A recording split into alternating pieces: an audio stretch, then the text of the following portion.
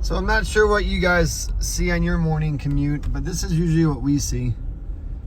Oh, just an elk walking down the street, climbing the hill. Hey, bub.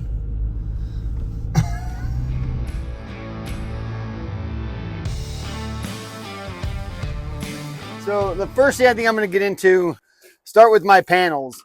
Now, again, I think I know what the pitch of the roof is. It should be my 312, but there's a good chance that it may not be. I don't know. And because of my layout, remember, I kind of messed up the width of everything. So I don't know if my layout's going to be right either on these panels. So what I did is I bought 1.5 inches, and they're made for roofing. They have a little washer here on the end of them. So if I do have to go through this thicker part, it'll still get through enough to hold, and I can pre-drill. So what I'm going to do is, I think this is pretty thin. I think I'm going to just put one up and start like that, and then put the other one up and let it hang long, and then just go back and cut it flush to where I need it, because trying to get the measurements, everything is going to be a pain. I think I can actually just cut this just with a blade, just with my regular utility knife. So I'll get the sides up first. Remember, the back's going to have the paneling on it, so I don't need to worry about that. So if I put the sides up, let everything hang long, cut everything flush, and then the top is going to go ahead and go and overhang probably a couple inches on the sides, a couple inches in the back, a couple inches in the front, just to keep any water from penetrating in there. Well, I guess that's the first side. It's kind of dirty. I did put that thing around the bottom, which is pretty cool. It is white. Stephanie said she didn't care because it kind of looks cool with the door. So that'll keep a little bit of the air from coming up from the underneath there. So I definitely put that in. I got to cut the top. Now, I don't think I can put that in the top just because I'm going to, it's going to be on an angle. And then when I put the top piece on, when I screw that piece on to the top rafter, that'll pretty much hopefully kind of keep some air in there from getting out.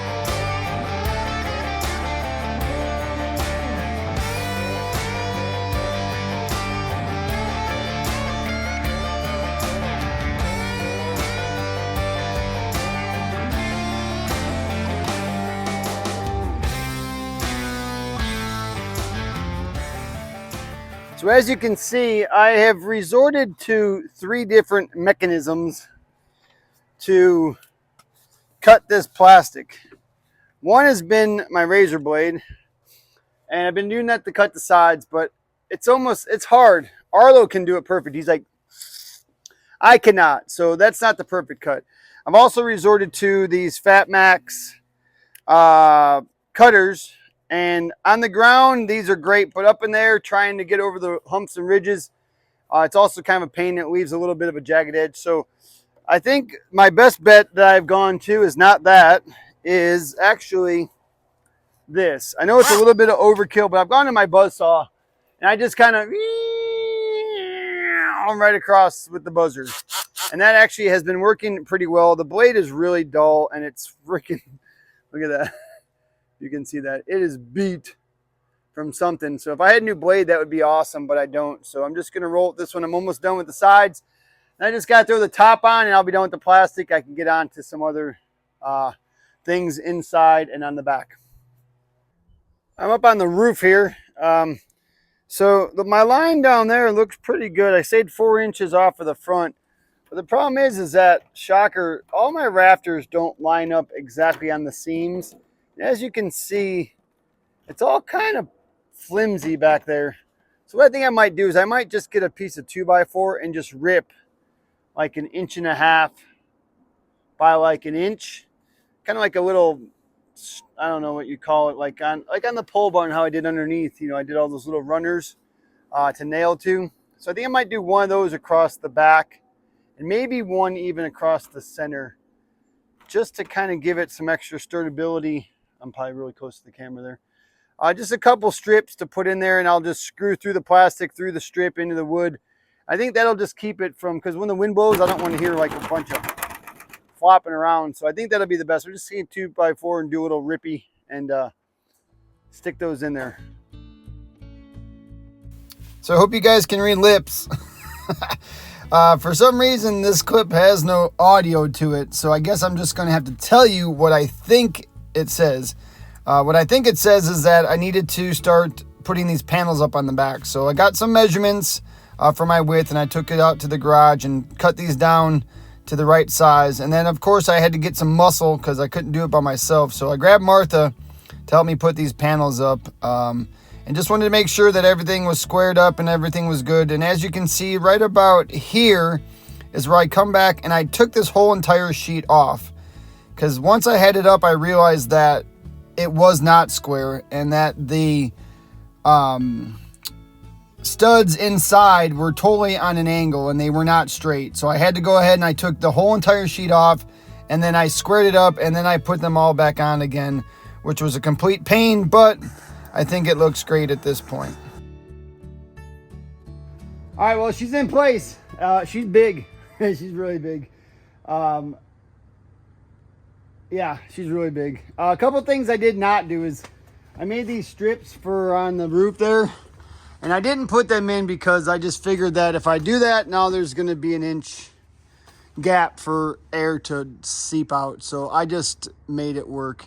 And I also didn't put that 2x4 base on the bottom, because what I was afraid of is that once she's inside, as she's walking around and stuff, it's going to get loose and she's going to weight it down. So what I'm going to do is I'm going to just drill holes right through that, right through my deck. As you can see, this deck is beat. It's nasty. It needs to be replaced. That's the plan. I'm just going to drill through this into there, in through the deck, and that's going to drain my water out. So, yeah. You guys know what time it is? It's camping season. I cannot wait. But you know the worst thing about camping? Cleaning your camper. You know what's even worse than that? Is having to clean your camper by yourself. But luckily today, thanks to Draft Tools, I got a little bit of help. They sent me this perfect, wonderful, awesome Grand Falls Power Washer Pro. This thing is sweet. It's going to help me knock this thing out and make it spick and span. But first, let's take a look at this machine and see what it has to offer. Okay, first things first, let's get this Grand Falls Power Washer Pro up on the wall here. Good thing for us is that we got a nice solid 6x6. If you had to go into drywall or something, they do give you some big drywall anchors, but we're just going into this wood. So all we're going to do is we're going to use this bracket that they send us. Very simple. We're going to put that up. We're going to make some marks with a pencil. We're going to pre-drill some holes. We're going to use the lag bolts that they give us. We're going to bolt this thing on. They even give you a level, which is cool to make sure it's level so you don't have it all cockeyed. So we'll get this thing put up, and all you do is take this power washer and just slide it right on. Super simple. Let's get this thing hung up. One of the best things I like about this machine, yo, I'm over here, way over here, yeah. One thing I like about this machine is that it has a 100-foot replaceable hose. Check this thing out. It just keeps going and going and going and going and going and going and going and going, and watch this. Little tug, and she stops. Look at that. I got all this hose. I can do whatever I want, move around, and then when I'm done, instead of having to carry this all the way back over there, I just give it a little pull, and watch this retractableness. I don't know if that's a word or not. Retractableness? Check this out. What? Rolls it right back up. Super neat. No kinks. Phenomenal. Hey, I'd like to thank Giraffe Tools again for hooking me up with this Grand Falls pressure washer and partnering with Building Jay's Way. This thing's legit. I'm not going to lie. I'm not just saying that. I just use it to power spray the camper there. It's small, it's compact, but it's powerful. It's got a lot of pressure. I really like the 100-foot hose, that replaceable pressure hose. You don't have to worry about, lugging around a big pressure washer with the hose and everything getting in your way. It's actually really nice. And what's nice too is once you pull it out, just give a little tug and it retracts right back in, and just makes it super easy to use. So again, thanks to Giraffe Tools. Hey, if you guys like to check one out yourself, check the link in the description below. Use the discount code Building Jay's Way. You get 10% off on one of your pressure washers, but that's for the first week. After the first week, it'll go down to 5%. But hey, 5% is better than nothing, right? So go ahead and check that out. And again, thanks to Giraffe Tools, and let's get back to work. Well, it looks like somebody else found the pressure washer already. He just got his license yesterday, and the first day, what's he doing? Washing the car. Well, it's raining, and I'm inside the greenhouse, and I don't see any water, which I guess is a good sign. I don't know. It's just a light rain, so it's not pouring, but hey, at least it's not dripping like crazy in here. So I think, not that it matters if it gets wet in here or not, but I was just kind of curious on what it looked like. So, oh, must have done all right.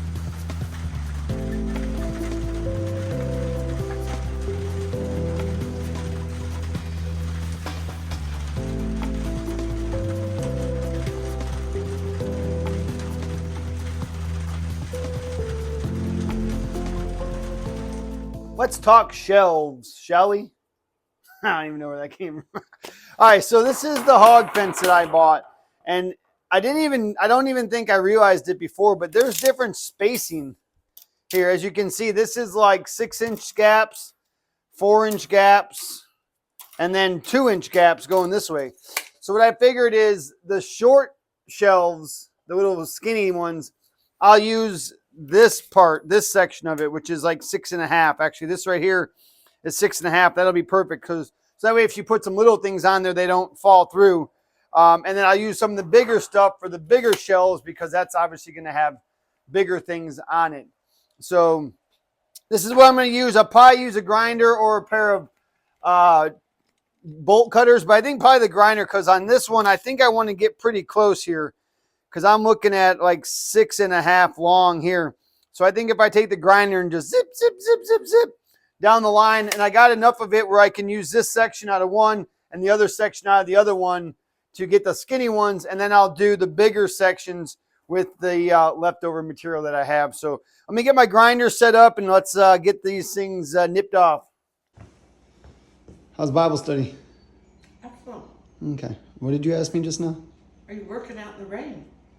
No, I'm not in the rain. I'm inside the greenhouse. Oh. It doesn't rain. It doesn't rain in the greenhouse. Oh, good. Still raining outside. Nice and toasty, warm and dry in here. I am putting your shelves in. Ooh. And I hope they're what you wanted. I'm sure they will be because I didn't really know what I wanted. Perfect then. Excellent. Then they're exactly what you wanted. All right, so I got all these things kind of just set in place, nothing nailed down yet. And what I did get is I got these cable staples. They're for electric, but I figured they'd probably be pretty good for this application. Let me see what we got going on here. These are the smallest ones I had, but as you can see, I think I'm just gonna put that down like that and just nail it in, and that'll just hold these all in place. I don't have to go crazy, they just have to be in place. The weight of the plants and stuff will hold them down. And as you can see, there are a few spots where I'm gonna have to make some modifications there just to get all these things to go in because of my overlaps. But that's why I brought my grinder with. So I'm going to get all these where they need to go, get them all nailed in. I can't really do a time lapse from in here because it's a little tight, but you guys will understand what I'm doing. So let me get these all in, and then I'm going to do some electric. All right, so I'm starting this electrical part of this greenhouse. Remember, there's going to be a heater. She's probably going to plug a heater into this thing at some point. So I went with two GFCI ground fault circuit interrupters, I believe it is, because she is going to be water in there too, so I don't want it to get wet. And I also got some covers for these too, some waterproof covers for these, so that way when she is watering, she doesn't have to worry about water getting onto the outlet. So I'm going to have two outlets, one on the bottom, one on the top, which we talked about. And I went with the GFCI, and I went with 12 2-wire. Again, with the heater, I want something bigger. And I also went with a 20 amp breaker, which I think will be sufficient. It's just going to run these two outlets. One's going to have maybe a heater. One's going to have some LED lights in it. And then as far as the boxes go, again, the boxes, there's so many of them, but I just went with this plain metal box because it's got the punch outs in it. And I got some scheduled 40 PVC pipe. Again, I don't know if it has to go into there, but just to be safe inside there and going down under the deck and then, you know, underneath the deck and in the house. I didn't know, I really don't know if it needs to be in a pipe or not, but the stuff is not super expensive. So I went and got some 1/2-inch pipe to put it in just to be safe. So the one thing about these are they're silver. So I'm going to actually spray paint them black just so they kind of blend in a little bit inside the inside the, I cannot say that word. I cannot think of it. I've been talking about it for months. Greenhouse. So I want these to match. So I'm going to spray paint these black and see if I can get all this wire and stuff together. Okay, so putting this electric in, as you can see, I got some spacer blocks because I want this in the center. So I just put a block there, screwed it in, screw that to that. And I got another one down there on the bottom. So, and now, like I said, I'm going right through the deck with this pipe. But one thing I did look at is I want to make sure I'm not going to go into where one of my joists are at, because I don't want to hit that, and structurally I don't want to hurt the deck at all. But it looks like I want to go like right here, which is going to go in between the two joists, and I'm far enough from the wall where I'm not going to hit the band or anything like that. So I'm just going to drill a hole right down through through the floor, through the deck, right into underneath the deck, and that's where the pipe will go. And I'll just put some Lexel around that to seal it up. And I'm going to go over there, and not just on the other side of the door over there is where it goes into the house. So I'll just curve it in the house, drill a hole through the band there, put the pipe through the house, Lexel it up real good, and then my electric will be ran. So Mark, you want to get in close and see if you can get a little bit of this action down here? Think about right there would probably be good.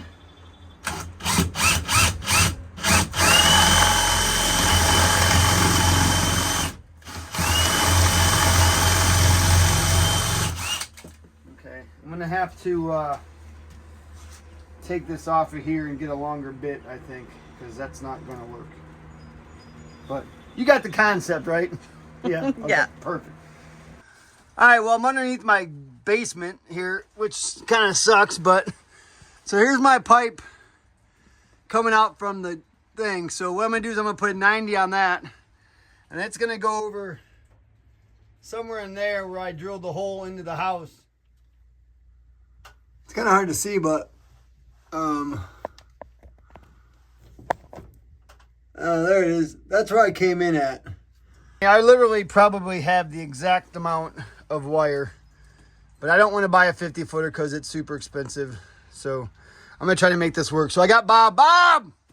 Yeah, I'm ready. All right, I'm not ready yet. Just making sure you're there. So I got Bob up there helping me because I'm going to have to push some wire. So I'm going to push some wire through this 10-foot piece of pipe, put this 90 on, and then stick it up in there. So hopefully it works. So I do have a pretty big hole there, but you know what? This will fill it up. I'm just going to goop it up with that. And I did get lucky enough where I believe I have enough wire. So now I just need to, this is the stupidest video I've ever seen in my life. You can't even see Jack. Let's try this again. I need to get that into this. And like I did with the, what'd I do? I think with the, oh yeah, this wire with the wine cooler. I shut off the power of the whole house. I'm going to do the same. I'm going to get this out, find my open ground and open white, whatever it is, line. And then I know I got an open spot for my breaker. I'll go out, shut the power off, hook it all up, turn the power back on. That way I know I'm not going to hurt myself or anybody else.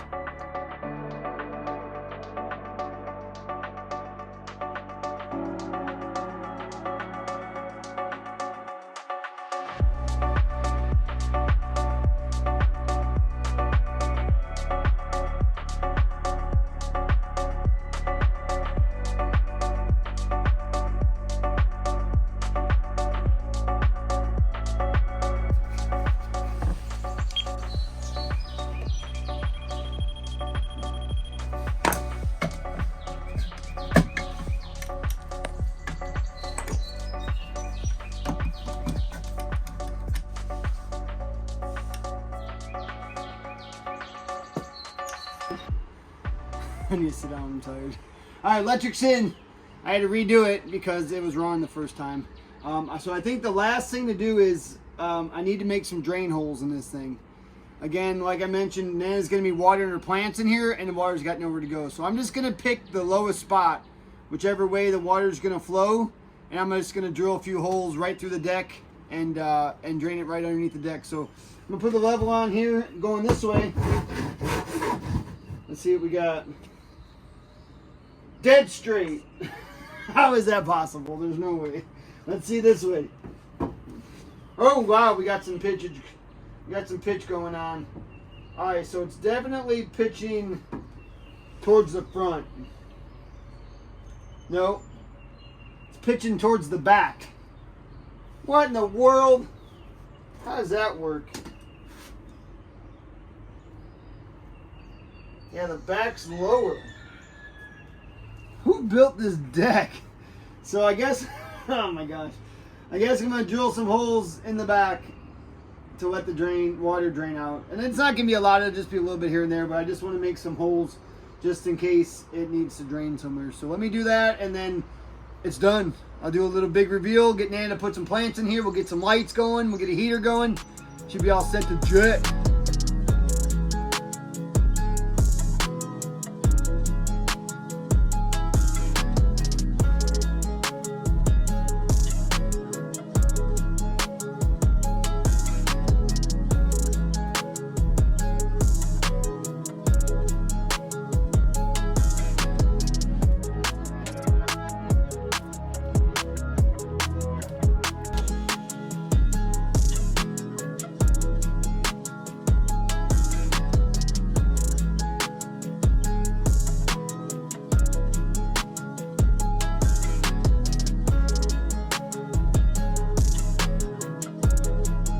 Nana started putting her plants in, which is awesome. And she said she wanted some hooks for the top for some of her hanging plants. But Martha, come here, look. I started to put your hooks up like you said. I guess the hook is not big enough and the plant fell off, knocked one of those off. She literally has had this stuff in there for like 30 seconds and I already destroyed it. So I'm gonna get bigger hooks. Sorry, Martha.